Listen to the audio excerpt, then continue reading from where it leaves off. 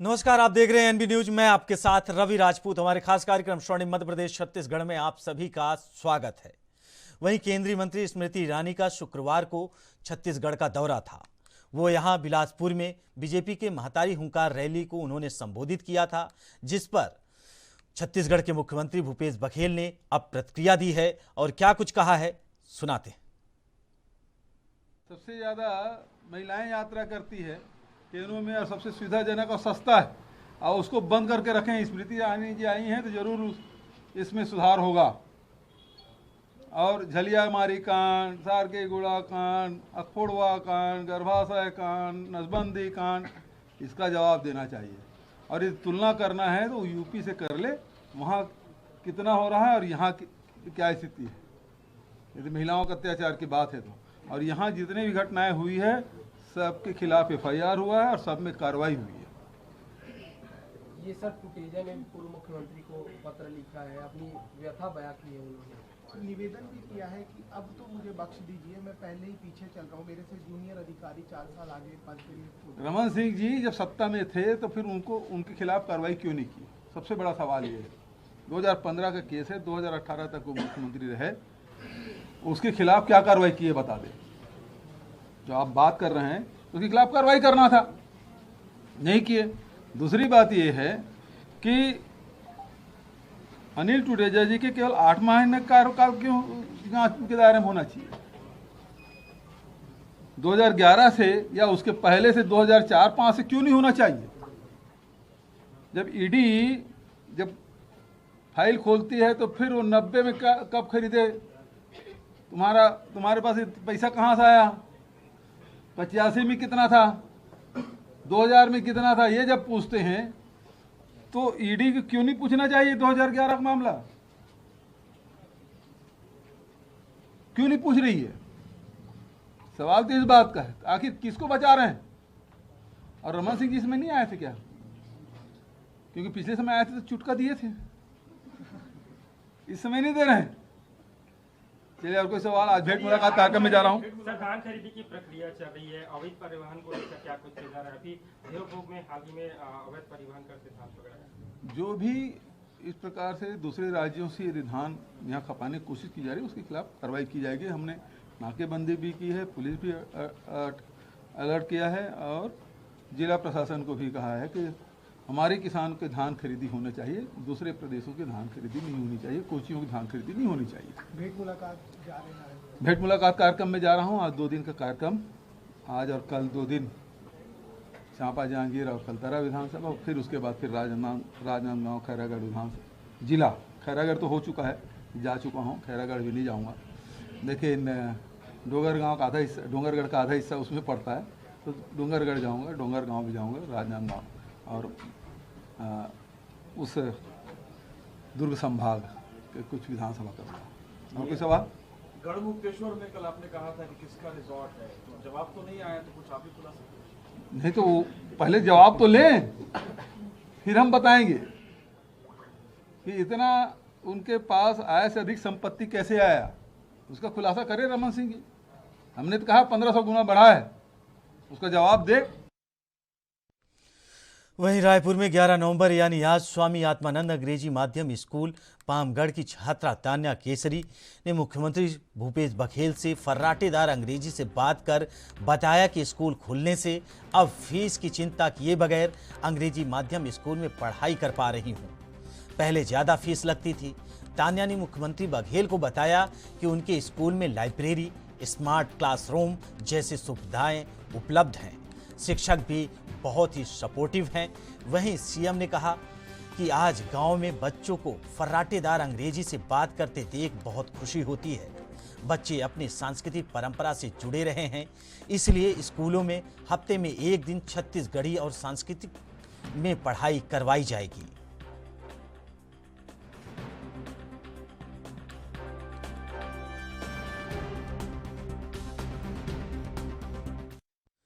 वहीं राज्यपाल अनुसुईया उइके ने मध्य प्रदेश के उज्जैन प्रवास के दौरान नगर निगम उज्जैन द्वारा प्रस्तावित दशहरा मैदान स्टेडियम का भूमि पूजन किया और इस बहुप्रतीक्षित निर्माण प्रारंभ होने पर नगर वासियों को शुभकामनाएं दी।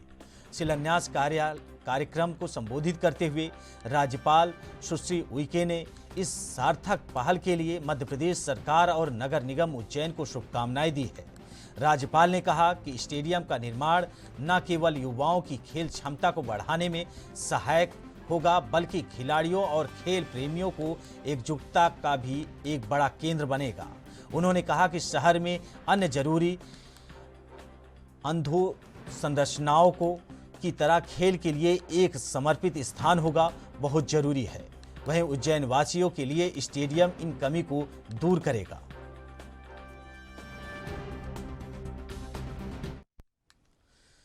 वहीं आपने कई फिल्मों में देखा होगा कि अपने खोए हुए बेटे के लिए परिवार और मन्नत करते मंदिर जाते हैं और उन्हें उनका वारिस मिल जाता है।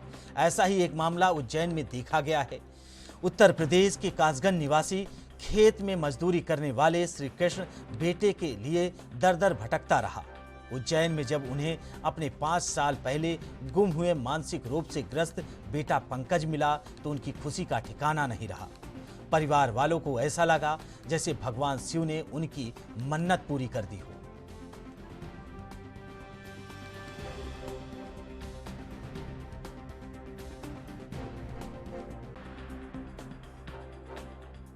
आश्रम 34 वर्षों से समाज के वरिष्ठ तिरस्कृत वर्ग के बच्चों से लेकर बुजुर्गों तक की सेवा का कार्य कर रहे हैं।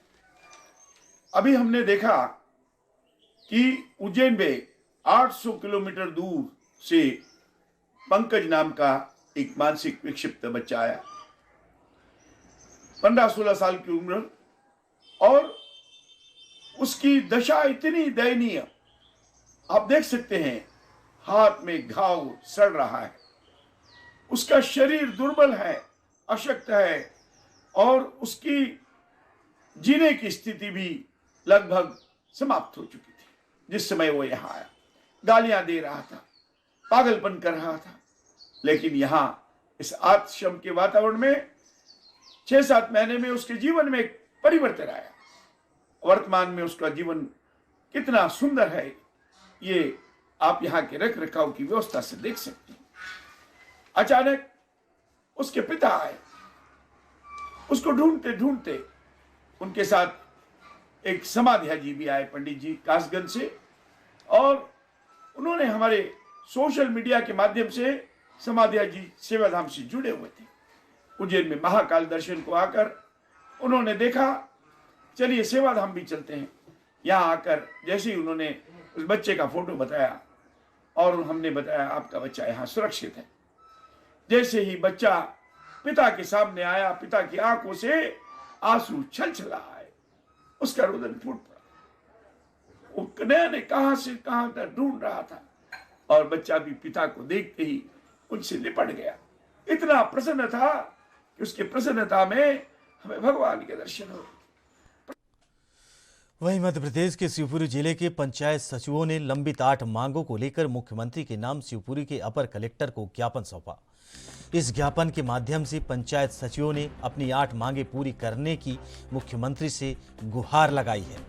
वहीं पंचायत सचिव संघ के अध्यक्ष का कहना है कि पिछले लंबे समय से पंचायत सचिव संयुक्त संघ अपनी मांगों को लेकर लगातार ज्ञापन देता रहा है, लेकिन प्रशासन कोई सुनवाई नहीं कर रहा।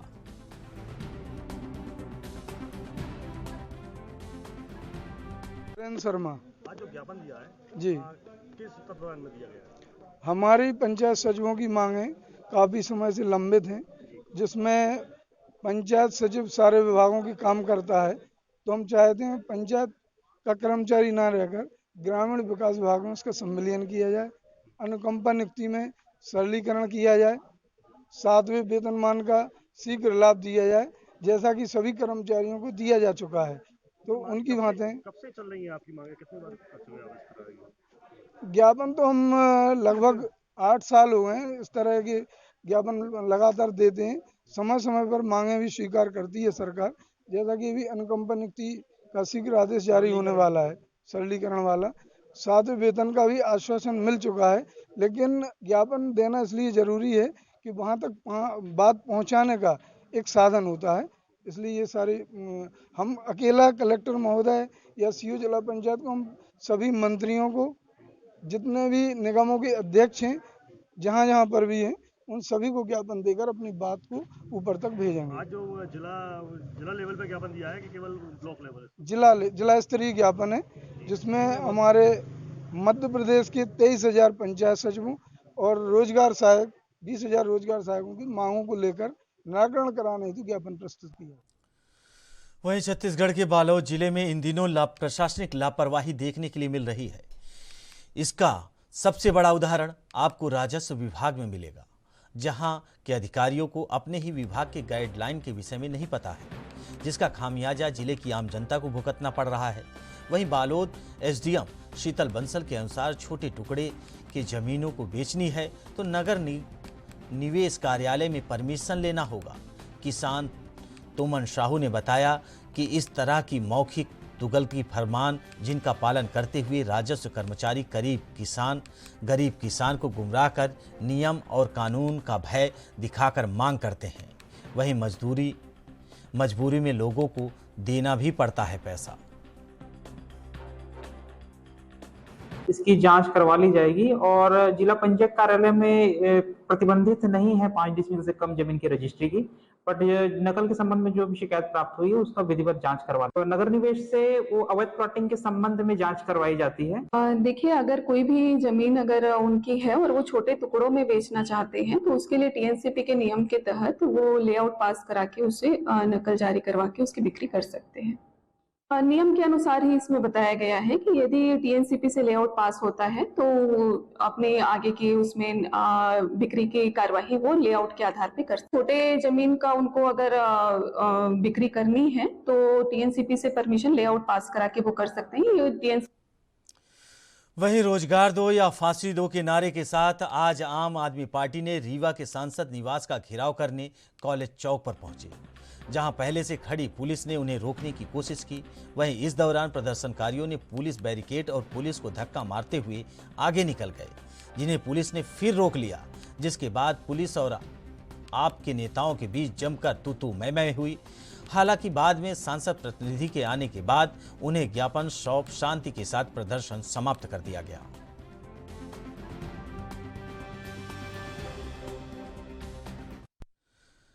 वहीं मध्य प्रदेश के रीवा जिले के हनुमना में अंतर्राष्ट्रीय हिंदू परिषद महाकौशल प्रांत रीवा के संभागीय महामंत्री सुनील मिश्रा के द्वारा प्रेस वार्ता का आयोजन किया गया, जहां उन्होंने गौशाला में हो रहे कार्य एवं संचालित गौशालाओं को लेकर सहायक पशु चिकित्सा अधिकारी के गुप्ता पर भ्रष्टाचार के आरोप लगाए। सुनील मिश्रा के द्वारा बताया गया कि आवारा मवेशी दिन प्रतिदिन सड़कों पर घूमते दिखाई देते हैं, लेकिन प्रशासनिक अधिकारियों के द्वारा कोई भी कार्रवाई नहीं की जा रही है, जिसको लेकर वह कई बार हनुमना विभागीय अधिकारियों को ज्ञापन भी दे चुके हैं, लेकिन उस पत्र पर भी अभी तक विभागीय अधिकारियों के द्वारा कोई भी कार्रवाई नहीं की गई। वहीं गौशाला में गायों को सही से भूसा और अन्य खाने की सामग्री नहीं मिल पा रही है और कई गौशालाएं खाली पड़ी हुई हैं। आज से 3-4 दिन पहले मैं एसडीएम साहब को सूचना के माध्यम से, ज्ञापन के माध्यम से उनको शिकायत पत्र में दिया था। एक हमारे यहाँ हनुमना में डॉक्टर गुप्ता जी हैं, पशु चिकित्सक में हैं, सहायक हैं, तो उनके माध्यम से कई बार हमको शिकायत लोगों ने किया। जो जितने समूह चल रहे हैं, एसडीएम साहब ने मुझे बताया था कि 9 गौशाला संचालित हैं, लेकिन जब मुझे पता चला तो मैं देखा कि समूह में फर्जी तरीके से जिस गौशाला में एक भी गौ माता नहीं है, वहाँ भी फर्जी तरीके से फंड रिलीज किया गया है। जिसके लिए मैं जब इसके बारे में गुप्ता जी से बात किया कि आप सही तरीके, कम से कम गऊ का पैसा तो मत खाओ, खाने के लिए बहुत सारे सुविधाएं तुम्हारे पास, लेकिन गऊ का पैसा तुमको न खाना चाहिए। मैंने बात किया, बात करने पर वो मुझे बोले कि मेरा पावर कलेक्टर से भी बड़ा है और एसडीएम साहब से भी बड़ा है। जब मैंने बोला कि आपकी शिकायत करना पड़ेगा मुझे एसडीएम साहब से, तो बोले कि मेरा पावर उनसे भी बड़ा है। तब मैं एसडीएम साहब को शिकायत दे के आया, क्योंकि अगर शासन के माध्यम से एसडीएम साहब के कथानुसार अगर गौशाला संचालित हो रही है तो जो रोड में गौ माताएँ मर रही हैं रोज पर डे, तो ये गौशाला अगर होती तो ये काहे के लिए मरती यहाँ पे? मैं चैलेंज करता हूं कि आप जितने भी सरकारी कर्मचारी हैं जाके जितने भी गौशाला संचालित हैं, अगर उसमें एक भी गौ माता मिल जाएंगी तो मैं मान लूँगा कि हाँ मैं गलत हूँ, क्योंकि मेरा उद्देश्य है गौ रक्षा राष्ट्र रक्षा। तो पहले गौ हमारी माता है, जब उसी की रक्षा नहीं हो पा रही है तो मैं आगे भी क्या बात कर सकता हूँ। इसीलिए मैं गया था। डॉक्टर गुप्ता जी से बात किया जाए तो बताएंगे पौधारोपण मैं यहाँ करवाया, यहाँ पौधारोपण करवाया। गौ माता के बारे में कोई बातें नहीं करते हैं, गौ माता के बारे में कुछ बोला। मध्य प्रदेश के राजगढ़ के एसडीएम का वीडियो वायरल हो रहा है। दरअसल वीडियो में एसडीएम साहब अपनी बेटी और दामाद को लेकर परेशान हैं। उन्होंने कहा कि उनका दामाद उनकी बेटी को परेशान कर रहा है और जान से मारने की धमकी भी दे रहा है। वहीं एसडीएम साहब ने रोते हुए अपनी पूरी आपबीती बताई है और क्या कुछ कहा है, सुनिए। उसको सजा न देगी उल्टा मुझे हिम्मत रखिए सर। कानून से सब कुछ होता है, सामाजिक रूप से कुछ बुरा नहीं होता। एक महिला जो मेरे बेटी का घर बर्बाद कर दी, उसका 9 साल का बेटा, उसका क्या होगा भविष्य। पति जो विवेक चतुर्वेदी है, उसका ये जो लड़की है जो, और वो इनके साथ एक्स्ट्रा मैरिटल अफेयर में है और ये लोग मेरा जीवन बर्बाद कर रहे हैं। मेरे बेटे का क्या होगा जो 8 साल का है। तो मैं द्रवित हो गया और मुझे पता चला कि मेरा दामाद का छोटा भाई अभिषेक और उसकी वाइफ साक्षी इस महिला के घर पे गए हुए हैं। तो हमने कहा, मेरी पत्नी और मैंने बेटे ने सोचा चलो 3 दिन चल के इनको समझाते हैं कि इस प्रकार की गतिविधियां रोक दें। तो हम लोग इनके घर पे गए, वहां पर हम लोग बातचीत करने लगे। फिर हम बाहर आ गए जाने के लिए। वहां इनके देवर अभिषेक ने कुछ अपशब्द मुझे कह दिए कि मेरा भाई अगर अय्याशी करेगा तो हम उसको नहीं रोकेंगे। तो उस भावावेश में मैंने हो सकता है ऐसा कुछ निकला हो। सबसे बड़ी बात कि 2021 की जो शाहपुरा थाना की रिपोर्ट है, जिसको माननीय डीआईजी साहब इरशाद वली साहब ने भी उसकी पुष्टि की है। किस बात की शिकायत की है? ये थी कि हमने वही जाके उनके घर पे जाके घर में घुस के तोड़ा, सामान तोड़ा और महिला को गोली मारने की धमकी दी। जबकि इस रिपोर्ट में साफ लिखा हुआ है कि वहां पर इस डीवीडी को देखा गया, डीवीडी में कहीं दिखाई नहीं दे रही है। मतलब इसकी पहले में भी शिकायत हो चुकी है। ये शिकायत वो हमेशा। वहीं किसानों के द्वारा 3 दिन से खाद के लिए भटक रहे हैं। पहले दिन टोकने के लिए लाइन लगती है, दूसरे दिन खाद के लिए लाइन लगती है और तीसरे दिन जब लाइन में लगते हैं तब खाद ही नहीं मिलती। देवास के आसपास के किसानों ने आज मंडी गेट के सामने खाद नहीं मिलने को लेकर चक्का जाम कर दिया। वहीं महिला किसान भी उनके साथ शामिल हुई। वहीं किसानों ने खाद व्यापारियों पर ब्लैकमेलिंग का आरोप भी लगाया।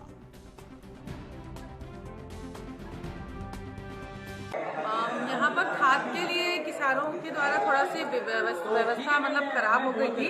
तो किसानों को यहाँ पर समझाइश दी गई है कि पूरे देवास जो अनुभाग है उसके अंदर 28 केंद्र है जहाँ पर खाद का वितरण हो रहा है। किसानों को इनकी जानकारी नहीं है या फिर जिन किसानों के वहाँ वो यहाँ पर आ रहे थे। तो हमारा ये कहना है कलेक्टर महोदय की तरफ से ये निर्देश है कि जिन लोगों का 28 सोसाइटी है, जैसे नागदा, भानगढ़, भरा पिपिया, बांगल, लोहारी, तो वो लोग जो है वो वहीं से अपनी खाद लें और जिन लोगों की सोसाइटी में खाते नहीं है वो यहाँ पर आकर खाद ले सकते हैं। मैडम अभी यहाँ पर जो है चक्का जाम भी कर रहा था, तो वो है हम लोगों ने जो जिला वितरण अधिकारी है उनसे बात करी है। अभी हम जो इनके कल के लिए इनको टोकन का वितरण किया जा रहा है। मैडम ये जो किसानों का बड़ा आरोप है मैम के खाद को पैसे लेके वितरण किया जा रहा है, कहीं ना कहीं 100 बोरी भी दे रहे हैं। नहीं, वो हमने उससे जानकारी मांगी थी तो उसमें जो यहाँ से खाद बांट रहा उनका कहना है कि एक ही जो गांव के किसान है वो 5 किसान एक साथ अपनी बोरी नहीं ले जा पा रहे थे, तो उनके द्वारा इकट्ठी बोरी जो है वो ली गई है और बाकी सबकी पीएस मशीन पे एंट्री भी की जा रही है। तो इस तरह की कोई भी मतलब अभी तक इस वितरण नहीं किया। ये किसान अपने केंद्र पे ना जाके इस केंद्र पे आ रहा है, इसको लेकर आप क्या व्यवस्था जमा रहे हैं? इसमें मैंने माइक सिस्टम बुलवाया और हम लोग अनाउंस करा रहे हैं कि कहाँ पे खाद्य का वितरण हो रहा है तो किसानों को वहाँ पर भेजा जाए। खाद क्या हो रहा है यहाँ पे खाद के साथ? खाद नहीं दे रहा है। क्यों नहीं दे रहा? क्या पता, किसान परेशान हो रहा है। नहीं, कब से आए हो आप यहाँ पे?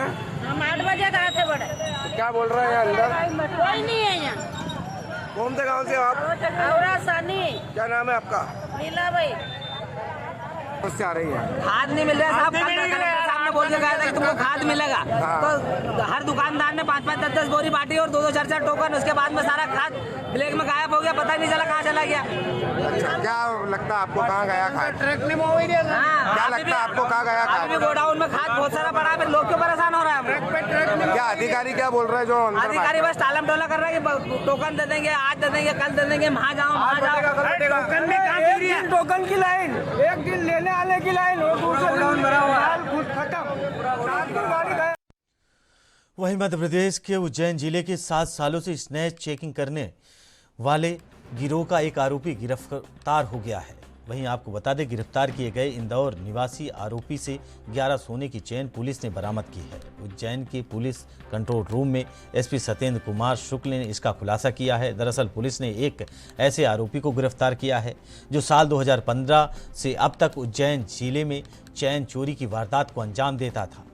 चैन चोरी की वारदातों से परेशान पुलिस ने आईपीएस क्राइम ब्रांच प्रभारी विनोद कुमार मीणा के नेतृत्व में एक टीम गठित की। 2 महीने की तफ्तीश के बाद पुलिस ने आरोपी को गिरफ्तार कर लिया।